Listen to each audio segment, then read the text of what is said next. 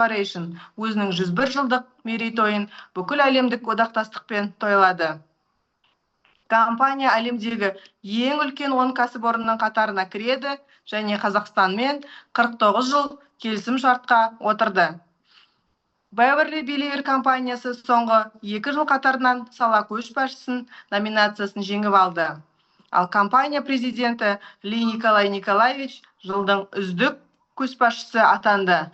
Енді алдарыңызға компаниямыздың алғашқы өнімі коралды кальций негізінде жасалған минералды кешенді таныстыруға келесі спикерді шақырамын. Сәлеметсіздер ме, чат қонақтары? Өнімнің атауы белсенді коралды кальций. Сіздердің назарларыңызға коралды кальций негізінде жасалған минералды кешенді ұсынамыз.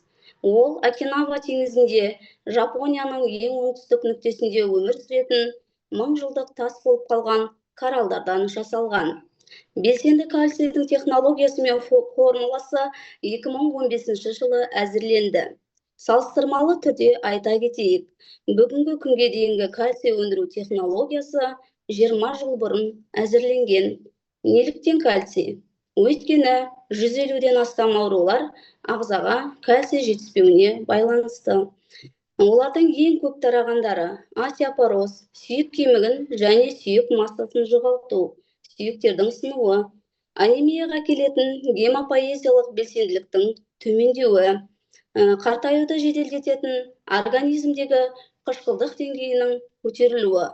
Мұның бәрі адамның күйзелісіне және эмоционалды тұрақсыздығына әкелуі мүмкін. Біздің коралды кальций қазіргі заманғы және заманауи өндіріс формуласына байланысты сіңімділігі жағынан ең жоғары дәрежеге ие. Негізі кальций карбонаты плюс фосфопептид, кремний диоксиді, сонымен қатар 60 аса маңызды минералдар.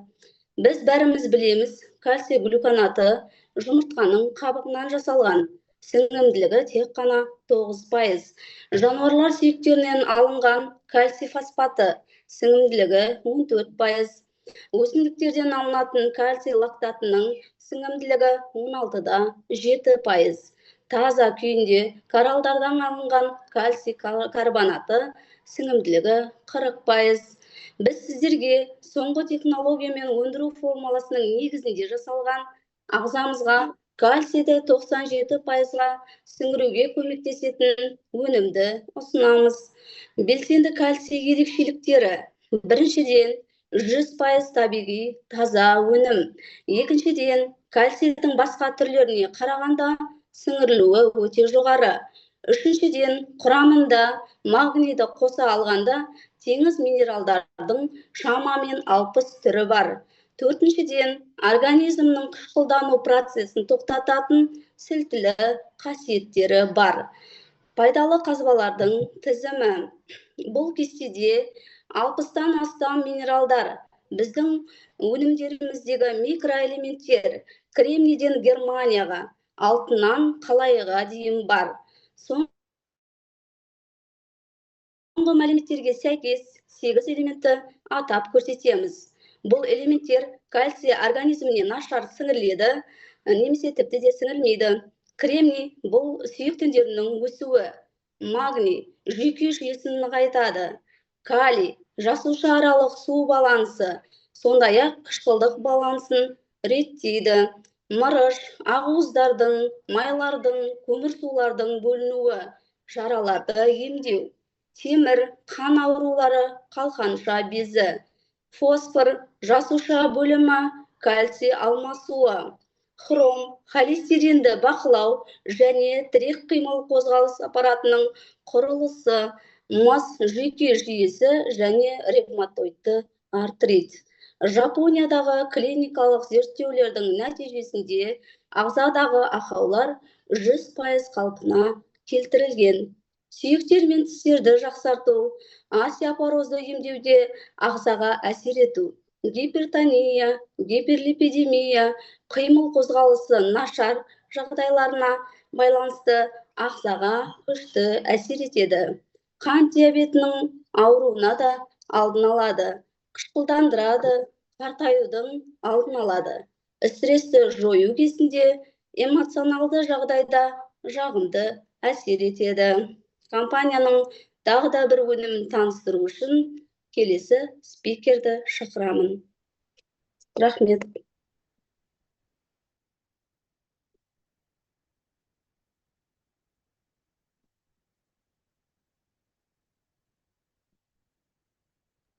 Кондием, айта беріңіз. Добрый день, уважаемые гости, партнеры и друзья. Представляю вашему вниманию наш волшебный продукт Magic Longevity, магия долголетия. Наш продукт имеет 6 основных функций. За счет стимуляции выработки энергии мощно восстанавливает работу всех органов человека. Защищает нас от развития заболеваний, восстанавливает работу всех мышц, восстанавливает работу мозга, восстанавливает насосную функцию сердца и прочищает сосуды, омолаживает, стимулирует обновление клеток кожи. И поэтому никто не остается равнодушным к Magic Longevity. Не скроем, на рынке Казахстана есть уже подобная продукция Q10, но недавно японская лаборатория от фирмы Kaneka разработала новую формулу коэнзима QASH. Это совершенно новая формула, которая называется восстановленная формула коэнзима QASH, которая более эффективна и очень быстро усваивается организмом. Японскими исследователями сначала на мышцах, потом на людях было доказано, постоянное использование кофермента QASH значительно улучшает качество жизни и дает омоложение организма человека в среднем на 15 лет. Также в состав Magic Longevity входят лактобактерии, которые усиливают работу QASH, а главное, хорошо восстанавливают работу кишечника. Magic Pack – это волшебный рецепт здоровья долголетия от японских производителей, где минеральный комплекс на основе кораллового кальция запитывает нас всеми нужными микроэлементами.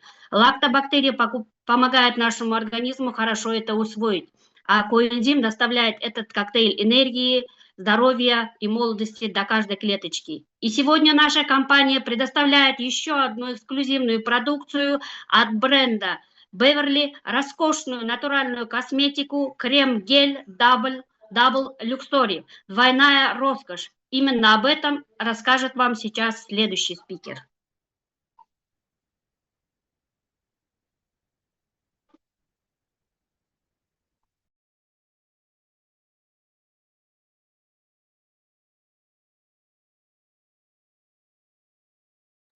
Альмира, айта бер. Қайырлы кеш, құрметті қонақтар. Суперомега бұл аса пайдалы, жоғары сапалы биологиялық белсенді қоспа. Өз құрамындағы әртүрлі белсенді заттармен бірге қан құрамын тазарту арқылы қан айналасын жақсарта отырып, қан қысымының көтерілуіне жол бермейді. Суперомега құрамында сквален, балық майы, наттокиназа бар. Суперомега 70% скваленнен тұрады, ал сквален дегеніміз бұл 1000 метр мұхит су астында өзіне өзі оттегі өндіріп тіршілік ететін терең су акуласы бауырының сығындысы. Скваленнің қасиеттері: бірінші, оттегі атомдарын қанға тасымалдайды және қанықтырады. Екінші, жоғары антиоксиданттық қасиеті бар. Үшінші, ағзамызды бос радикалдардан ионнан тазартады. Төртінші, зат алмасу процесін жақсартады және күшейтеді. Бесінші, дәрумендердің, май клеткалардың гормондардың түзілуіне белсенді қатысады. Алтыншы, онкологиялық ісікке қарсы, вирусқа қарсы, ракқа қарсы әсер ететін күші бар. Жетінші, метаболизм зат алмасу процесін жандандырып, ерте қартаюдың алдын алады. Келесі бұл бізде балық майы. Балық майы адам ағзасында синтезделмейтін, теңдесі жоқ жартылай қаныққан май қышқылдарының көзі. Ол жүрек қан тамырлар жүйесі мен тірек қимыл жүйесіне аса қажет құрамдас бөлігі. Тамыр бойындағы тромбтың түзілуіне жол бермейді, қан тамырларының серпімділігін арттырып, беріктігін күшейтеді. Суперомеганың құрамындағы үшінші зат наттокиназа. Бұл жапон халқының ұзақ өмір сүруінің негізгі құпиясы. Натто жапондықтардың құрамында ферменті мол, бұршақ тұқымдас, натто бактерияға бай дәстүрлі тағамы. Ол тромбтарды ерітіп, атеросклероздық талшықтардың тамырынан шығарып отырады. Қанның құрамында қанттың және холестериннің мөлшерін төмендетеді, салмақтың азаюына ықпал етеді. Қанша мөлшерде қабылдаса да ешқандай зияны жоқ. Ол табиғи және шынайы аспириннің өзі. Суперомега ақыл естің төмендеуі, мидың, қан айналысының бұзылуына, әртүрлі гематомалардың пайда болуы, бедеулік, үнемі шаршап жүру, иммун тапшылығы сияқты ауруларды емдеуге және алдын алуға таптырмас қажетті өнім. Сонымен қатар ми қызметінің белсенділігін арттыруға аса қажет. Суперомега өміріміздің мәні, денсаулығымыздың сәні. Мәнді де сәнді өмір сүргіңіз келсе, суперомеганы күнделікті пайдаланыңыз. Назарларыңызға рахмет. Келесі өнімді таныстыру үшін келесі спикер шақырамын.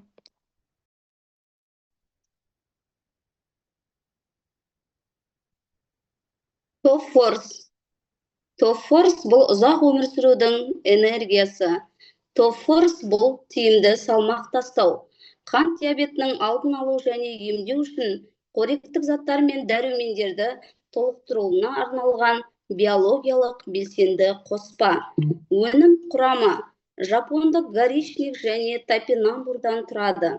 Жапондық горичник ұзақ өмір сүрудің шөбі болса, топинамбурдың құрамында рекордтық мөлшерде 35% құрайтын инулиннің табиғи көзі. Инулин дегеніміз табиғи инсулин. Топинамбурдың қасиеттері метаболизмді жақсартады, қант диабетінің алдын алады және емдейді, әлсіздік пен ісінуді жояды, ішектің жұмысын жақсартады, гормондардың тепе-теңдігін реттейді, жалпы жағдайды жақсартады, артық салмақты тастауға көмектеседі. Компанияның келесі өнімін таныстыру үшін келесі спикерді шақырамын.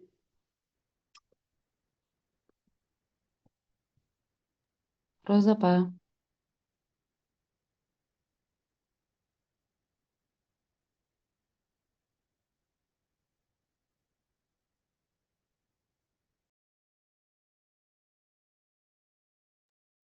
Звук ашып жіберіңіз, Роза апа.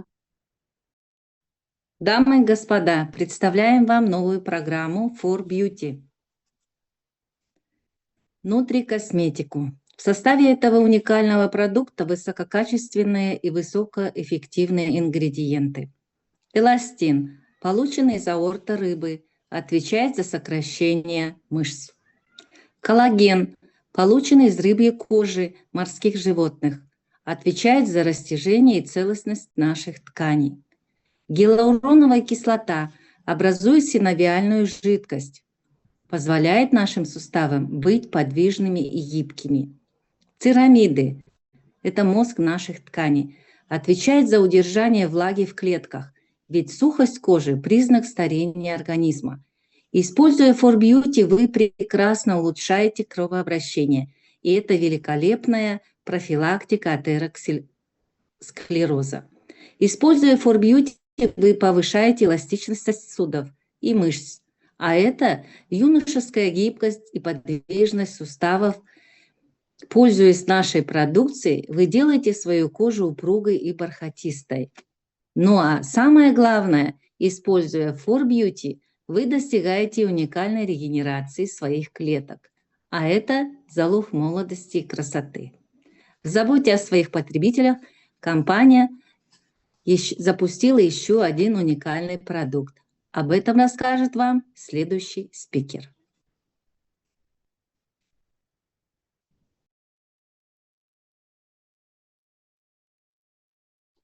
Қайырлы кеш, ханымдар мен мырзалар. Жаңа ғана сіздердің назарларыңызға біздің компанияның Beverly Believer компаниясының Шисейда өндіріліп отырған 100%-ға таза өніммен барлықтарыңыз танысып шықтыңыздар.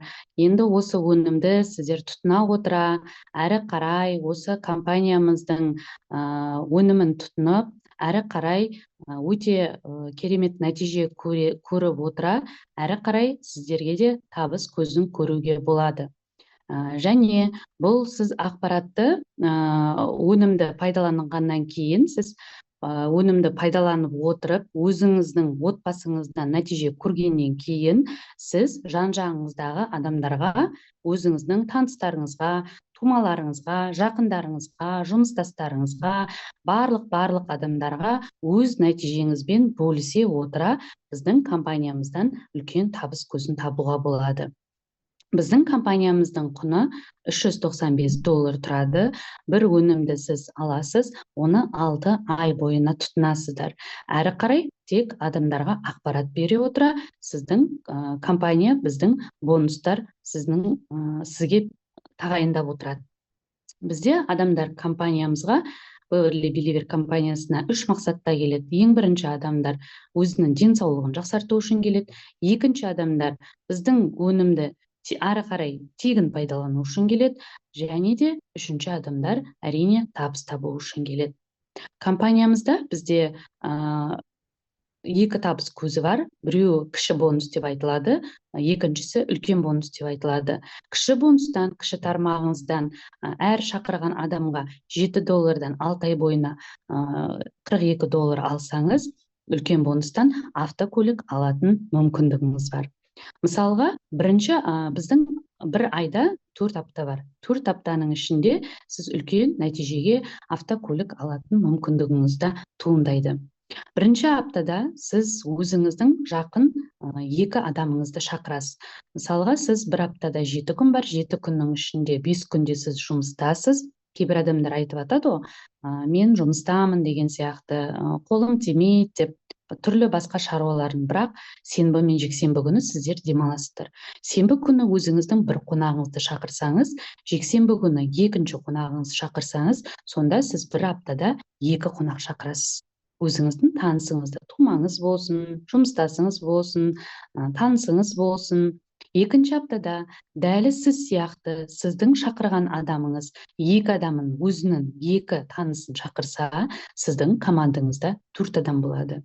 Әрі қарай, үшінші аптада сіздің сол шақырған 4 адамыңыз әр қайсысы 2 адамнан шақыратын болса, апта сайын, онда сіздің командаңызда 8 адам болады. 4-ші аптада 8 адамыңыз 2 адамнан шақыратын болса, сіздің командаңызда бір айдың ішінде 16 клуб мүшесі болады.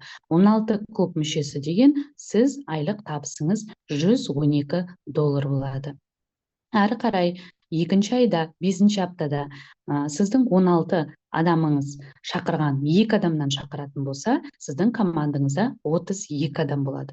32 адамыңыз 2 адамнан шақыратын болса, 6-ші аптада 64 адам болады.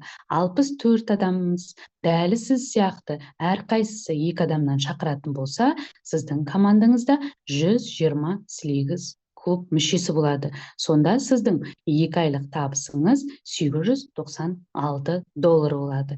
Жаңа айтып кеткендей, автокөлік алатын мүмкіндігіңіз бар. Бірақ оны алдыңғы уақытта қалай табуға болатынын айтып өтеміз.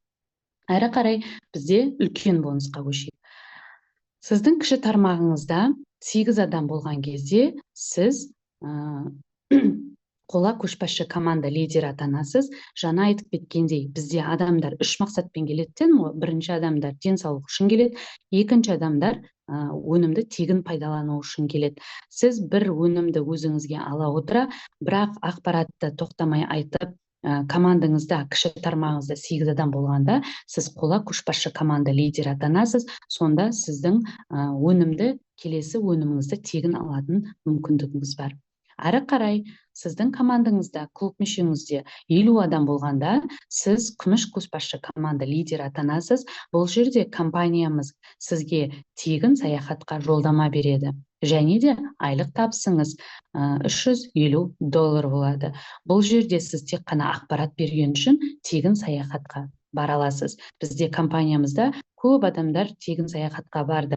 Бұл жерде компания сіздің қалтаңыздан 1 теңге шығармай, 1 тиын шығармай, барлығын все включено, полностью компания өзі төлейді. Перелет, полет, проживание, барлығы тегін. Әрі қарай, сіздің командаңызда 120 адам болған кезде, сіз алтын көшбасшы команда лидері атанасыз. Жаңа айтып кеткендей, 2 айда табатын мүмкіндігіңіз бар. Сіздің командаңызда 120 адам болғанда, сіз Лада грантының $8,000 ақшасын жеке шотыңызға компания аударады. Әрі қарай, сіздің командаңызда 240 адам болған кезде, сіз платина көшбасшы команда лидері атанасыз. Бұл жерде 300 адам болғанда, сіз платина көшбасшы команда лидері атанасыз. Бұл жерде сізге Hyundai Elantra'ның $20,000 ақшасын сіздің жеке шотыңызға компания аударады. Бұл жерде қайтарымсыз, ешқандай сізден компаниядан кетіп жатсаңыз да, басқа себептермен сізден кейін қарай ол ақшаны қайтып алмайды. Сіздің өзіңіз қандай мақсатта жұмсағыңыз келеді, машина алғыңыз келе ма, үй алғыңыз келе ма, тағы да басқа нәрсе алғыңыз келе ма, осы $20,000 сіздің жеке шотыңызға аударғаннан кейін, бұл сіздің меншігіңізде. Қандай мақсатта жұмсасаңыз да өзіңіз білесіз. Әрі қарай сіздің командаңызда 800 адам болған кезде, сіз Rubin көшбасшы команда лидері атанасыз. Бұл жерде Land Cruiser Prado'ның $50,000 компания сізге жеке шотыңызға аударады. Жаңа айтып кеткендей, бұл сіздің жеке меншігіңізде қалатын ақша. Оны қандай мақсатта жұмсайсыз, қалай жұмсайсыз, балаңыздың оқуын төлейсіз бе, шетелге оқытасыз ба, оны өзіңіздің құзырыңызда. Әрі қарай біздің компаниямыздың $100,000, $300,000, $1,000,000 дейін алатын мүмкіндіктеріңіз бар. Бұл жерде компания сіздерге үй алуға да мүмкіндік бар, пенсияға шығатын мүмкіндік бар, жыл сайынғы $1,000,000 дейін алатын үлкен мүмкіндік бар. Сонда бар болғаны сіз бір өнімді ала отыра, әрі қарай өз нәтижеңізбен тек жан-жаққа бөлісе отыра, осындай үлкен мүмкіндік, тек ақпарат берген үшін осындай мүмкіндікке жете аласыздар. Енді бұның дәлелі ретінде сіздерде осы алып жатқан адам бар ма дейтін сұрақ болуы мүмкін. Бұл өнім керек па, бұл бизнес керек па деген сияқты сіздердің сұрақтарыңыз болуы мүмкін. Соның дәлелі ретінде сіздердің алдарыңызға осы компаниямыздың 4 автокөлігін алған, $8,000 отбасымен жүріп, $8,000 автокөлігінің иесі, $20,000 иесі, осы үлкен біздің компаниямыздың мықты көшбасшысы, өзі осы күнге дейін мықты команданы көтеріп, қазіргі таңда жақсы үлкен платина статусын иегері Нұрмұхамедова Мөлдір ханымды сіздердің алдарыңызға шақырғым келіп отыр.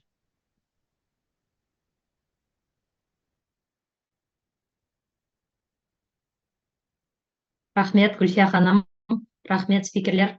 Қайырлы кеш, команда. Сіздерді осы экранда, осы эфирде көргеніме қуаныштымын. Себебі осы күнді біз аса күттік.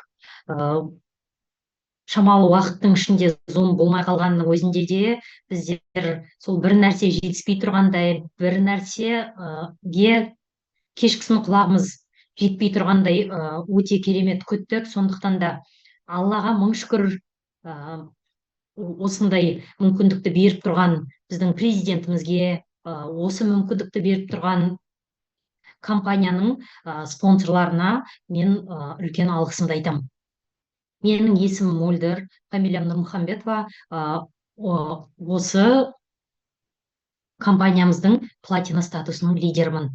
Жаңа ғана сіздердің алдарыңызға шығып, өнімді өте керемет қылып таныстырған және маркетингті керемет қылып таныстырған спикерлеріме алғысымды білдіріп, алдағы уақытта үлкен биік белестерді бағындырады деген сенімдемін. Себебі сахнада үлкен ақша бар, себебі халыққа пайдалы болғаннан кейін ғана үлкен ақша бізге келеді. Сондықтан да экраннан қорықпай, өздері бірінші рет сахнаға шығып тұрса да, өздері бірінші рет экранға шығып тұрса да, өздерін керемет қылып ұстап, осы біздің өнімге деген, маркетингке деген қызығушылықтарын, махаббаттарын керемет қылып айтып жеткізген спикерлерге мың алғыс білдіремін. Енді жалпы мен өзім мұғаліммін. Мұғалім дегенде, өрлеу деген институт бар. Мұғалімдерді повышение квалификацияға дайындайтын, сол жерде 12 жыл математик мұғалімдерге сабақ бердім. Енді білесіздер, мұғалім болғаннан кейін ол жерде жаңағыдай 8 сағаттық жұмыс күні. 8 сағат бойына лекция оқып тұрамыз, лектормыз, қолымнан сөйлеу келеді, қолымнан түсіндіру келеді, қолымнан айту келеді, қолымнан ответственностьті алу келеді. Но бірақ та менде үнемі бір нәрсе мазалайтын. Мен соншалықты жауапкершілігім мол адам болсам да, менің еңбегімді осы уақытқа дейін қаншалықты бағаланды деген нәрсе үнемі мазалайтын. Неге бұл нәрсені айтып тұрмын? Себебі мен мектепті қызыл аттестатпен бітірдім. Одан кейін университетті қызыл дипломмен бітірдім. Одан кейін ученый степень бар, магистратураны қызылмен бітірдім. Бірақ та институтқа барған кезде сол кішкентай ғана ақша болғаннан кейін мен үнемі ойлайтынмын, осы ақшаға тұратындай адаммын ба? Осы ақша менің өмірімді қаншалықты өзгертеді? Мысалы, менің өмірім бұл жерде жүрген кезде 1 жылда өзгермейтінін көрдім. Менің өмірім бұл жерде жүрсем 5 жылда да өзгермейтінін көрдім. Менің өмірім бұл жерде жүрсем 10 жылда да өзгермейтінін көріп, адамдарға пайдалы болғым келіп ойлайтын едім. Бірақ жолдасыма айтам үнемі, маған бір өзгеріс керек, мен бір нәрсемен айналысқым келеді деп айтқан кезде жолдасым айтатын: иә, Мөлдір, мен саған математикадан репетиторский школа ашып берем, бір 5 миллионға деп айтатын. Бірақ ол 5 миллионды жолдасым бизнесмен болса да, 1 жыл шыдай тұр, иә, тауып берем дейді. 2-ші жылы тағы сол қайталанады, 3-ші жылы тағы сол қайталанған кезде мен ойлайтын едім, сонда үлкен ақша салмай, үлкен капитал жасамай жасалынатын бизнес жоқ па деп ойлайтын едім. Алайда бұл өнім туралы тыңдадым. Бизнесін тыңдаған жоқпын, себебі ешқандай бизнес мышление болмағаннан кейін өнім туралы тыңдап, бірақ сонда да ойладым, мен сонда ауру адамдарды іздеп жүру керекпін ба деп кетіп қалдым. Бірақ 1 аптадан кейін Алланың қалауымен мамам 1 аяқ 1 қолы жасамай қалып инсульт алды. Инсульт алған кезде 220 давлениемен құлап, мектептен скорыймен больницаға алып кеткен. Ол кезде ковидтің уақыты болатын. Сол анам WhatsAppқа жазады. Қалайсың десе, жақсымын дейді. Бірақ та енді ол жерде сөйлеп жатқан жоқ, бірақ WhatsAppқа жазғаннан кейін де біз жақсы екен деп, тіпті инсульт ұрғанын да ештеңесінде білмейміз, себебі ол мектептен алып кеткен. Одан кейін 1 аптадан кейін анам шықты. Анам шыққан кезде 1 аяқ 1 қолы жасамайтынын көрдік. Мен бірден өнімді іздеп келдім. Енді сіздер ойлауларыңыз мүмкін, бұл өнім 205 мың теңге тұрады, ол үлкен ақша, ол ақшаны қайдан табам? Ол ақшаға мен бір шуба алмайым ба? Ол ақшаға мен баламның оқуын төлемеймін ба? Ол ақшаға мен басқа бір шаруамды бітірмеймін ба деп ойлауларыңыз мүмкін. Бірақ менде ондай ештеңені ойлайтындай мүмкіндік болған жоқ. Неге? Себебі жолдасымның папасы сол инсульттен қайтыс болған адам болғаннан кейін менде сол қорқыныш қалып қойған. 240 давлениемен құлап, жолдасымның папасы врачтың алдында отырған кезде скорыйға звондап, сол скорыйдың скорыйға салып жіберген кезде, сол скорыйдың ішінде қайтыс болады қайнатам. Сол кезден бастап менің миымда страх қалып қойды. Инсульттен құлаған адамдар, олар қайта-қайта қайталайды.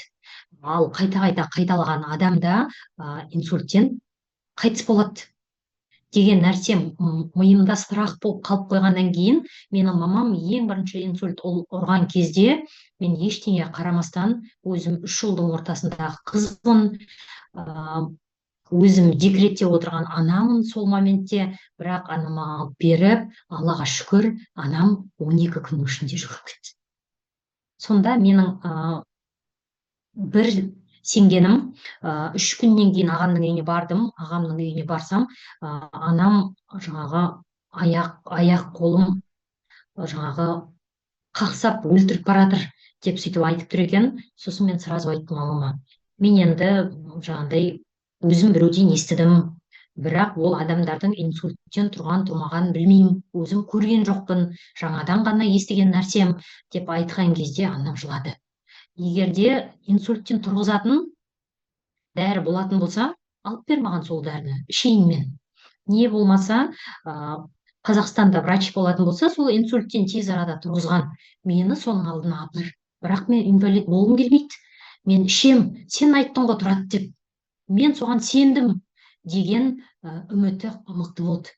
Неге ол нәрсені айтып отырмын? Себебі анам 9 ағайынды, үйінде 5 қыз, 4 ұл бар. Барлығы да мұғалімдер.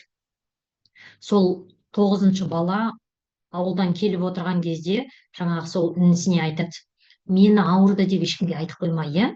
Ертең мен тұрам, жақсы болғаннан кейін кішкене ғана ауырып қалып едім деп өзім айтармын. Бірақ менің ауырғанымды ешкімге айтушы болма деген соншалықты сенімі болды менің анамның.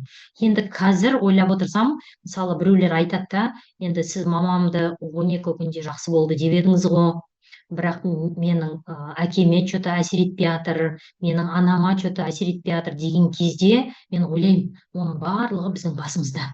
Егер де сіз бар екеніне сенсеңіз, егер сіз осы өнімнің мықтылығына сенсеңіз, егер сіз Японияға сенетін болсаңыз, Японияның качествосына сенетін болсаңыз, дүние жүзінде именно Японияда ғана 110 жасқа дейін өмір сүретін адамдардың бар екеніне сенетін болсаңыз, оның ішінде Shiseido Pharmaceutical Corporation именно медицинский оборудованиелерді шығаратын атақты 100 жылдық корпорация, 100 жыл бұрын ол дүние жүзіне өзін танытып қойған атақты бренд болғаннан кейінде сізде ешқандай сомнение болмаса ғана сол нәрсеге сіз сеніп, миыңызды сендіретін болсаңыз, бұл жаңағы сізге әсер етеді екен.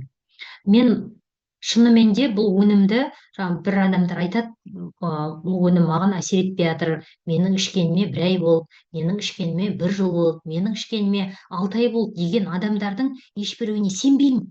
Неге? Себебі сенбейді деген сөз ең бірінші бұл өнімді қымбат деп ойлайтын адамдар. Егер де алған 200 мың теңгеңізге, бірақ ол 200 мың теңгенің витамины сізге 6 айға жетеді. Бірақ ол 200 мың теңгенің витамины сізге 150 аурудың алдын алады. Бірақ ол 200 мың теңгенің витамины Shiseido корпорациясының өнімі. Бірақ ол 200 мың теңгенің витамины Японияның сапалы өнімі екендігін біліп, сеніп тұрсаңыз, сіз бұл өнім маған сенбейді-ау деген сіздің басыңызда сомнение болмас еді.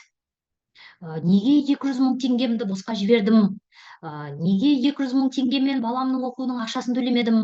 Неге 200 мың теңгемен бір машинама ақшаны қоспадым? Неге 200 мың теңгемен бір соғымымды алмадым? Жалко деген нәрсе ішіңізде болмайтын болса, бұл өнім сізге әсер ететін. Бірақ егерде сеніп барып ішетін болсаңыздар, бұл сіздің қай жеріңізге болса да әсер етеді. Бірақ менде ондай алып баратырған ауру болған жоқ. Мен өзім тамақты ішкен кезде де, жаңағы столдан тұрған кезде полуголодный тұрам, тамақтың алдында 1 литр су ішіп алам, ешқандай газировканы ішіп көрген жоқпын, чипсы, кола дегенді білмеймін, кофе дегенді білмеймін. Алайда менің денсаулығым ол маған керек. Мен бәрібірде 4 бала босандым. 4 бала босанғаннан кейінде менде щитовидкіден проблема болуы мүмкін. Неге? Себебі бәрібір әйел адамда гормон бұзылады. Ал ол щитовидка бар деген сөз кальцийм жетпеді ма, мен уже одан кейін кальцийді бермейтін болсам, ол уже омырауға түсетінін білем. Ал қазіргі 90% әйелдер сол мастопатиямен ауырады. Бірақ неге мастопатиямен ауырып тұрмын? Бірақ маған кальций жетіспеді ғой деген нәрсе ойларында болмайды. Одан кейінгі нәрсе, мастопатияның кезінде біз кальцийді бермесек, одан кейін ол маған келеді. Сонда 4 бала босандым ба, менде уже кальцийімнің аз екенін білем. Плюс 25 жасқа дейін кофермент деген гормондардың барлығы бөлінеді, бірақ 25 жастан кейінше мен кейбір адамдарға айтқан кезде, мен ешқандай жаңағы дәрілерді ішіп көрген жоқпын. Менің еш жерім бүлінбеген, менің денемде ешқандай химикат жоқ деп айтады. Бірақ Алла тағала адамды жаратқан кезде 25 жасқа дейін целый невредимый болады, бірақ одан кейін бізде аяғымыз сырқырап бастайды, одан кейін зрениеміз кетіп бастайды, одан кейін тез шаршау басталады, одан кейін жаңағы тағы да бір денсаулықтан сыр беріп бастай ма, біз уже сол денсаулығымызды ойлай бастау керекпіз. Сонда бұл жерге келген кезде мен өнімге келдім, бірақ бұл жердің мақсаты өнімге келген клиентті бизнес партнерға ауыстыру. Неге? Себебі ең бірінші келген кезде маған айтқаны бұл жерде активация бар деді. Сол 6 ай активация бар дегенді естіген кезде маған жолдасым айтты, бұл жерде 6 айдың ішінде жақсы нәтижелерге жетіп, жақсы статустарға шығып алмасаң, мен сені үйден шығармаймын. Мен саған бизнес жасауға мүмкіндік бермеймін деп айтты. Шындығында да мен сол жолдасымның қорыққаннан 5 айдың ішінде золото статусына шықтым. Бірақ оған дейін де путевкеге шықтым. 1,5 айда путевканы алып, сертификатымды үйге барған кезде жолдасым, мені бірге шығармасаң, мен сені Мальдивке жібермеймін деп айтқаннан кейін жолдасымды Мальдивке шығаруға жүгірдім. Ал егерде сізден кейін тұрған адам 2 адам сереброға шыққан кезде мен автоматым золотоға шықтым. Бірақ сол Мальдивте демалып жатқан кезде жолдасыма 35 адам жетпеген болатын. Сол Мальдивте демалып жатқан кезде жолдасым $8,000 шыққаннан кейін ол да мойындай бастады. Неге? Себебі ол стройкамен айналысады. Өзінің традиционный бизнес бар. Бірақ традиционный бизнесте жүрген кезде сіз өзіңіздің еңбегіңізге қарай ақшаңызды табасыз. Бірақ еңбек еттің, молодец деп ешкім путевка бермейді. Еңбек еттің, молодец деп ешкім $8,000 подарки бермейді. Еңбек еттің, молодец деп ешкім $20,000 подарки бермейтін болғаннан кейін, ол жолдасымның айтатыны, мен жаңағы жер қазып, труба алмастырып жүрген кезде түсетін ақшаны түсінем маңдай термен. Бірақ демалып Мальдивте жатқан кезде түсетін ақшаны түсінбеймін екен деп келгеннен бастап, ол уже жаңағы ер адамдарға, ер азаматтарға, достарына айтып, біз сол уақыттан бастап семейный бизнесімізді бастап кеттік. Сонда көрдіңіздер ма, ол жерде бір $8,000 түсетін болса, ол сіздің тамағыңызға тұрып қалады. Ал егер екі $8,000 түсетін болса үйіңізге, сол екі $8,000 алып, Toyota центрге барып, жаңағы Toyota центрден 150 Prado с нуля шығардық. Сонда сол жолдасымның айтатыны, жаңағы мен енді жаңағы адамдар статусқа қойған кезде айтады ғой, не сен Prado көрген жоқсың ба? Неге статусқа қойып жатырсың деген кезде де жаңағы айналасындағы адамдарға жауап береді. Pradoны көрдім мен, бірақ бушный Prado айдап көрдім. Өзім Грузиядан 4,5 миллионға айдап келдім. Ал мына жерде Pradoны 1 жылдың ішінде бонустың ақшасына алып тұрғаннан кейін мен барлығына да көрсетем деп, сол Pradoның пакетін 2 ай бойына шешпестен жүріп, айналасына көрсетті. Сонда бұл жерде менің айтайын дегенім, бұл жердегі айлықты сіз кез келген жерден таба аласыз. Ол сіздің традиционный бизнесіңіз болса да, ондай ақшаны таба аласыз. Сіз үкіметте жұмыс жасасаңыз да, ондай ақшаны таба аласыз. Сіз жеке компанияда жұмыс жасасаңыз да, ондай ақшаны таба аласыз.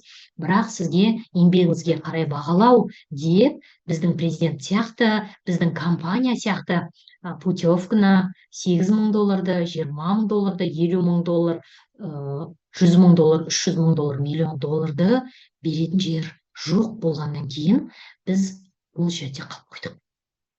Көрдіңіздер ма? Сонда тағы бір нәрсе платежная система. Мысалы, әр айдың бір күні бізге бонустарымыз түсті ма, сол әр айдың бір күні түсіп тұрған бонустың өзі маған үлкен мотивация беретін. Неге? Себебі мен мұғалім болған кезде 1 январда жаңағы табыс тауыпты деген нәрсені көрген жоқпын. Ол где-то 20 январда түсуі мүмкін. Ол даже февральға да тапсырылуы мүмкін. Ал бұл жерде сол 1 январда ешқандай кешіктірілмегеннен кейін, 1 июньде, 1 майда, яғни ешқандай суббота-воскресеньеге қарамастан, ешқандай праздникке қарамастан түсіп тұратын бонус болғаннан кейін де маған бұл жердегі тұрақтылық ұнады. Бұл жердегі тұрақтылық ұнағаннан кейін ендігі нәрсе не? Ендігі нәрсе түсіндіріп айту. Негізі бұл жерде программа лояльности клиента деп неге айтқан? Бұл жерде клиенттер де бар, бұл жерде бизнеске келетін адамдар да бар. Сонда мен адамдарға айтам, бұл жерде денсаулық бар, әрі табыс бар. Қайсысын таңдайсыз деп айтқан кезде, бір адамдар денсаулық деп айтады. Бірақ бір адамдар табысты таңдайды, бір адамдар екеуін бірге таңдайды. Мысалы, мен денсаулыққа келіп, денсаулықтан жақсы результат көргеннен кейін жаңағы табысына ауысқан адаммын. Сонда бұл жерде адамдарға тек қана ақпарат беру, яғни реклама жасау ғана екенін түсіндім.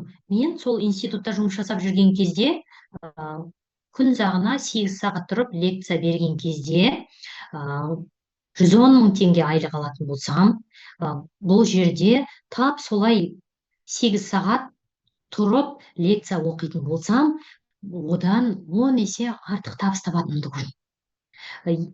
Егер де мен сол жаңағы мұғалімдерге сабақ берем деп, обновленкаларды оқытам деп, әрбір райондарды 2 апта бір районды, 2 апта бір районды, 2 апта бір районды аралап жүрген кезде, сөйтіп жұмыс жасайтын болсам, бұл жерде одан да көп табыс табамын. Сонда көрдіңіздер ма, бұл жерде тек қана өзіңіздің әрекетіңізге байланысты. Сізге қаншалықты табыс керек болып тұр, сіз өзіңізді қаншалықты бағалап тұрсыз. Егер де мені институтта жүрген кезде соншалықты аз бағалаған болатын болса, бұл жерде 1,5 айдың ішінде бесплатно путевка беріп тұр. Бұл жерде 5 айдың ішінде $8,000 шығарып тұр. $8,000 деген сөз ол тек қана бонусы, бірақ айлығы 500 мың теңге отдельно. Бұл жерде 4-ші баламды босанып, сол 4-ші баламды босанғаннан кейін 20 күннен кейін $20,000 шықтым. Сонда осы жерде үйде отырған аналар болатын болса, үйде отырған аналар кім? Олар жаңағы табыс таба алмайтын, бизнес жасай алмайтын, ешқандай өзінің менін айта алмайтын ынжық адамдар. Ал бұл жерде мен 20 күннің ішінде $20,000 шықтым ба, бұл жердегі табысты оңай табуға болады. Бірақ енді сіздер ойлауларыңыз мүмкін, сонда мөлдір табысты қалай табып отыр? Мен табысты табу үшін ең бірінші маған өнімді таныстырған адам ол менің спонсорым. Спонсорым ол менің бауырым, ол менің апам, Рубен статусының лидері Арайханым. Ең бірінші сіздер кімнің денсаулығын ойлайсыздар? Кімнің денсаулығы жақсы болсын деп ойлайсыздар? Кімнің жағдайы жақсы болып кетсін деп ойлайсыздар? Әрине бауырының. Тап солай мен үйде декретте отырған ана болған кезде мөлдір бұл нәрсе сенің қолыңнан келеді. Ең бірінші сенің денсаулығыңа керек. Сенің балаларыңның, ағайындарыңның, әке-шешеңнің, бауырларыңның денсаулығына керек. Плюс сен лектор болғаннан кейін адамдарға түсіндіріп айта аласың. Сен үйден шыға аласың, сен де табыс таба аласың, сен де үлкен мүмкіндіктерді көре аласың, сен де шетелге шыға аласың, сен де үлкен сахнада сөйлей аласың деп менің миыма сендірген сол менің бауырым болады. Сол ешқандай да бизнеспен айналысып көрген жоқпын деп айттым жаңа сіздерге. Ешқандай да бизнес мышлением болған жоқ, бірақ сол бауырымның бір ауыз сөзіне сеніп, мен ол тек не жасады, сол жасаған нәрселердің барлығын қайталай бердім. Неге мен бауырыма сеніп тұрмын? Себебі ол традиционный бизнестің адамы, алайда традиционный бизнесте жасап, именно Беверлиге келгеннен кейін оның ойының қалай өзгергенін көрдім. Оның өмірінің қалай өзгеріп жатқанын көрдім. Оның өзінің қалай өзгеріп жатқанын көргеннен кейін мен сол бауырыма ұқсағым келді. Мен де сондай табыстарға жеткім келді. Мен де соншалықты өзгергім келді. Көрдіңіздер ма, сонда сіздің айналаңызда өзгергіңіз келе ма деп сізге осы жерге кіргізген, осы жерге әкелген, осы жерді айтып жатса, сол адамның қолынан ұстап үлкен обучение бар. Сіз жұмыс жасаған кезде сізге не болмаса традиционный бизнес жасаған кезде де сізге нақты бағыт беретін адам жоқ. Ал бұл жерде сіз ең бірінші келдіңіз ба, сіз нулевой класстың оқушысысыз. Ал егерде сіз бронза статусын аштыңыз ба, сіз уже бірінші классқа көтерілдіңіз. Сіз серебро статусын аштыңыз ба, сіз уже екінші классқа көтерілдіңіз. Сіз золото статусын аштыңыз ба, сіз уже үшінші классқа көтерілдіңіз деген сияқты. Егерде сізге золото статусының лидері сөйлеп, бұл жердегі мүмкіндіктерді айтатын болса, ол сол баспалдақтың барлығын көрді. Ол сол жолдармен өтіп көрді. Ол біртіндеп қалай көтерілу керек екенін білетін адам. Білетін адам болғаннан кейін де сіз ол кісіні тыңдаңыз. Неге? Себебі ол сол жолдан өтіп, сол жолдың қуанышын, сол жолдың табысын, сол жолдың қиыншылықтарын білетін адам. Білетін адам болғаннан кейін ол өзінің өткен жолын біледі. Өзінің сол өткен жолын сізге үйретеді. Сол үйрететін болғаннан кейін де сіз сол нәрселерді қайталап отыратын болсаңыз, сіз бронза болғыңыз келді ма, онда бронза лидерлерінің жаңағы істегендерін жасауыңызға болады. Не болмаса спонсорыңыздың айтқан. Сіз серебро болғыңыз келді ма, значит, сол серебро болған спонсорыңыздың айтқан тыңдайтын болсаңыз, сіз бесплатно путевкеге барасыз. Сонда көрдіңіз ба, бұл жерде тек жол көрсетуші спонсорларымыз бар ма, тек сол жаңағы спонсорларымыздың айтқанын қайталаймыз. Бірақ ол жерге жаңағы жұлдыз ауруы қосылып кетпеу керек. Неге? Себебі статусты аштым, ол статусты ашқан мен. Жетістікке жеттім, ол жетістікке жеткен мен деген жұлдыз ауруы қосылып кетпесін. Неге? Себебі сіз команда болып жеттіңіз. Ал ол команда деген сөз, ол бірінші ол спонсорлар. Ал спонсорлар дегеніміз, ол сізге тек қана жақсылық ойлайтын адамдар.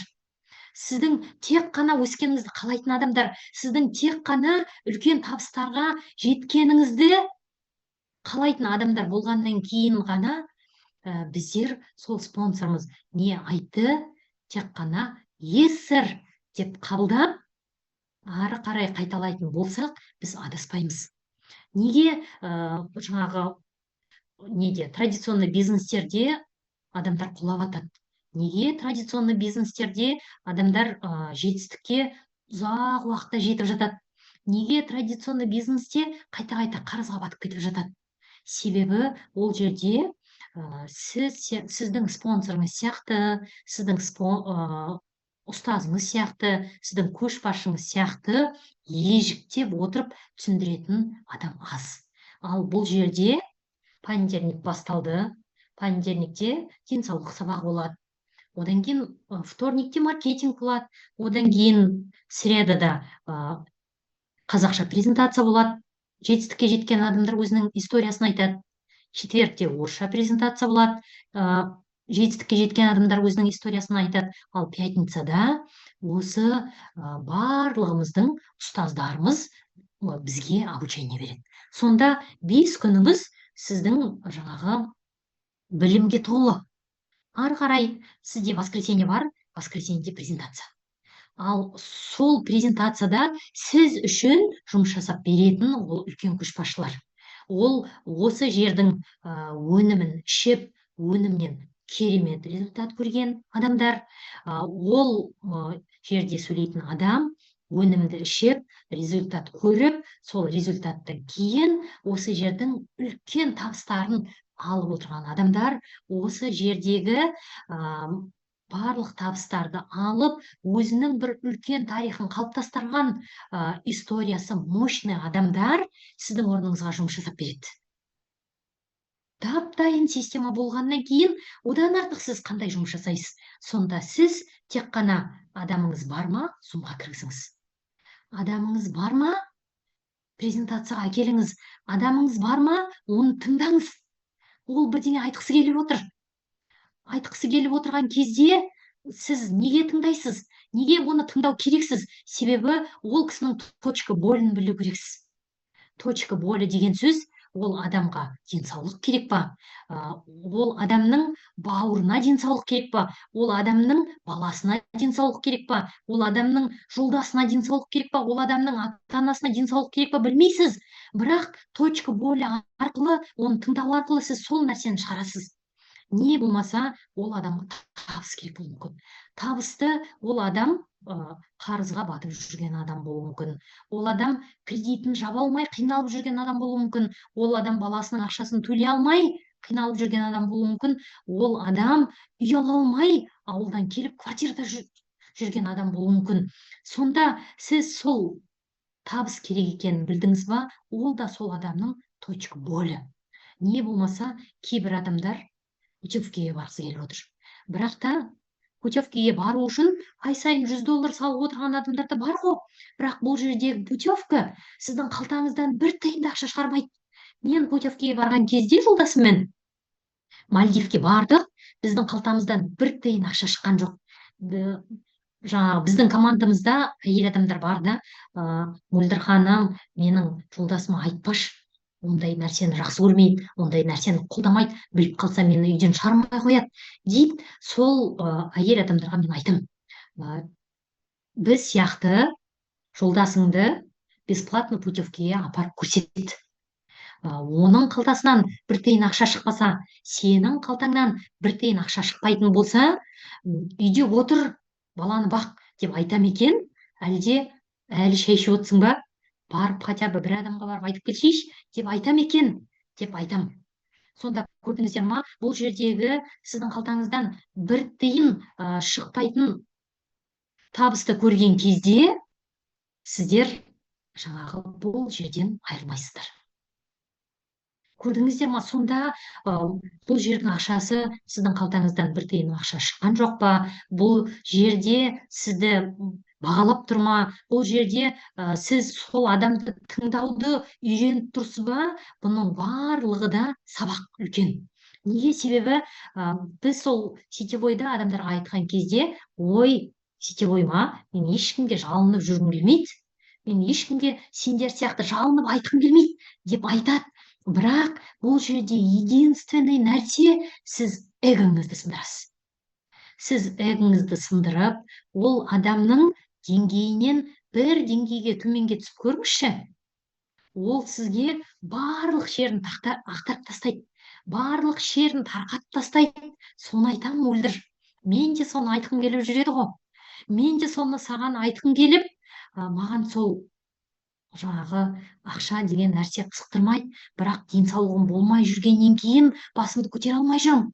Бірақ сол анамның денсаулығы жаныма батып жүргеннен кейін мен сол уайымдап жүрмін деген нәрсенің барлығын ақтарып тастаған кезде ол адамға не керек екенін білеміз. Тағы да бір точка болі, ол орта.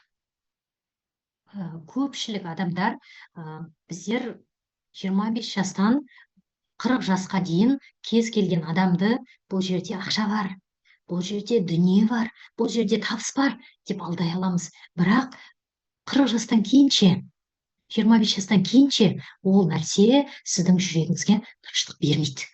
Сіз пайдалы болғыңыз келіп, сіз көп нәрсені көптеген адамға бергіңіз келіп, ойланасыз. Мен де солай ойланып келдім. Мен бір жылда 60 математикке сабақ беріп, 60 түйір адамға пайдалы болсам, бұл жерге келіп, 6000 адамға пайдалы болып отырғаннан кейін, ол менің жүрегіме тыныштық беріп, ол маған ұнап, маған өзімнің жұмысым ұнағаннан кейін, жүгіріп жұмыс жасап, бұл жерден кетпей 4 жылдың ішінде өмірімді өзгерткен Мөлдірге айналдым. Көрдіңіздер ма? Егер де сізге өзіңіздің жұмысыңыз ұнамайтын болса, сіз ол жерде ұзақ жұмыс жасай алмайсыз. Сіз ол жерге таңертең от души тұрып бара алмайсыз. Сіз үйіңіздің босағасынан аттап сол жұмысыңызға баруға желаниеңіз болмайды. Ал егер де сізге ұнаса ше, Беверли, маған ұнайтын болғаннан кейін де мен таңертең үйден кеткенше асығам. Ерте тұрып, 5-те тұрып ходьбамды жасап, 6:30-ға дейін келіп, үйдегі тірліктің барлығын бітіріп, 10-ға дейін офиске барғанша асығам. Неге? Себебі ол жер маған ұнайды. Себебі ол жердің аурасы ұнайды. Себебі ол жердің ортасы ұнайды. Себебі ол жердің адамдары ұнайды. Себебі ол жердің маған барлығы ұнайды. Өнімі ұнайды, президенті ұнайды, компаниямыз ұнағаннан кейін, менің жүрегім қалап тұрғаннан кейін мен ол жерден кеткім келмейді. Маған ол жер керек. Маған ол жердің табысы керек. Мен сол жерден табыс алып отырғаннан кейін, мен өзгерген мөлдірге айналғаннан кейін, сол өзгерісті мен қалаймын деген шешімді бүгін, қазір, осы сағатта, осы минутта, осы секундта қабылдайтын болсаңыздар, сіздің жолыңызға ешкімде тұра алмайды. Ал біреулер болады, ой, что-то мен адамдарға айтып едім, маған адамдар сенбей жатыр. Мен ешкімді сендіре алмай жатырмын десе, ешқандай қапаланбаңыз. Неге? Себебі ол шәкеңдер. Ол шайтан. Ол шәкеңдер сіздің группаластарыңыз болуы мүмкін. Ол шәкеңдер сіздің достарыңыз болуы мүмкін. Ол шәкеңдер сіздің тіпті қайын жұртыңыз бола ма? Ол шәкеңдер сіздің тіпті жолдасыңыз бола ма? Или сен мөлдір, нормально, үйде жағдайың жақсы болып отыр едің ғой. Неге жаның шығып таңертең таң атпай офиске жүгіріп жүрсің? Балдарыңның қасында тамағын істеп, былқып, нормально отырмайсың ба? Дейді. Жоқ, мен шешім қабылдадым өзгеруге. Мен өзгеруді қалап тұрмын. Мен ешқандайда ешкімнің айтқан тыңдамаймын деген болсаңыздар, шәкеңнің де сізге әлі келмейді. Көрдіңіздер ма? Тап сол шешімді сіздер осы бүгінгі менің сабағымнан кейін де қабылдауға бір инсайт алады ойдамын. Сондықтан да егер де сіздерге кішкентай қана пайдам тиген болса, егер де кішкентай қана сіздің өміріңізді өзгертуге бір пайдам тиген болса, егер де сіздің шешім қабылдауыңызға пайдам тиген болатын болса, мен өте қуаныштымын. Себебі бұл жерде шаңның тозаңындай да сізде бір сомнение болмау керек. Бұл компанияға, президентімізге, спонсорларымызға, наставниктерімізге, ұстаздарымызға, көшбасшыларымызға сомнение болмайтын болса, өнімге де сомнение болмайды. Ал егер осы нәрселердің барлығына да күдік болмайтын болса, ол күдік негізі неден екенін білесіздер, шәкеңнен ғой. Сіздер тәуекел етіп алға жылжитын болсаңыздар, алла, мен әрекетін жасаймын, нәтижесін бір өзіңе тапсырам. Бүгін 5 адамға барып айтам, әрекетті жасайым, бірақ нәтижесін бір өзіңе тапсырам дейтін болсаңыздар, сізде нәтиже керемет болады. Себебі сіздер тек қана ақпарат бердіңіздер, тек қана реклама жасадыңыздар, ал нәтижені менен емес, Алладан деген нәрсені ойларыңызға салатын болсаңыздар, мен нәтиже бере алмаймын. Нәтижені тек қана Алла береді деген ответственностьті жаңағы алмайтын болсаңыздар, Алла барлығын реттеп береді. Сондықтан да сіздерде бәрі де болады, сіздерде барлық жетістіктерге жетесіздер, сіздерде барлық статустарды ашасыздар, тек қана миды сендірсеңіздер. Тек қана сол нәрсені оңай деп қабылдасаңыздар, тек қана сол нәрсеге оңай жететініне миыңызда сенім болатын болса, сіздер барлық жетістікке жетесіздер. Мен сіздерге сенемін, сіздер барлық жетістіктерге жетуге лайықтысыздар, себебі сіздерді Алла Тағала жаратқан кезде соншалықты үлкен махаббатпен жаратты ма, значит, сіздер қарызға батып жүруге, сіздер денсаулықтарыңыздың нашар болуына тиісті емессіздер. Қолдарыңызда керемет өнім бар, жақсылап тұрып ішіңіздер. Қолдарыңызда керемет компанияның табысын ұсынып тұр, керемет ұстаздарды жіберіп тұр, обучение береді, сіздерге үйретеді, сіздерге жол көрсетеді, сіздерге наставничество жасайды деп тұр. Значит, ешқандай да кедергі жоқ. Тек қана кедергі күдік болмасын. Кедергі шаңның тозаңындай сомнение болмасын. Болды, сіздер бұл жердегі үлкен табыстардың барлығына да жете аласыздар.